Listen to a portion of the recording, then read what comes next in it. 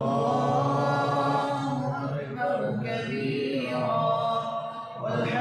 لله كثيرا وسبحان الله بكرة وأصيلا।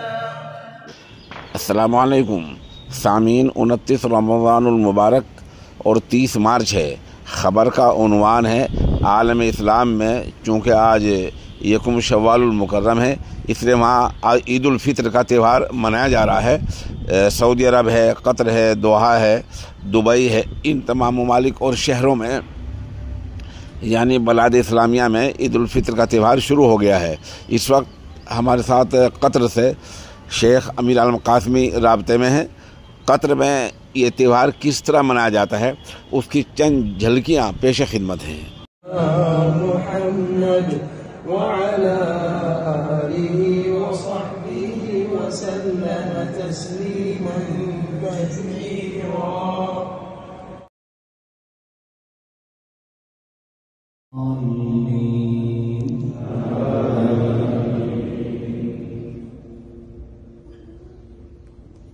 قل أعوذ برب الناس ملك الناس إله الناس من شر الوسواس الخناس الذي يوسوس في صدور الناس من الجنة والناس.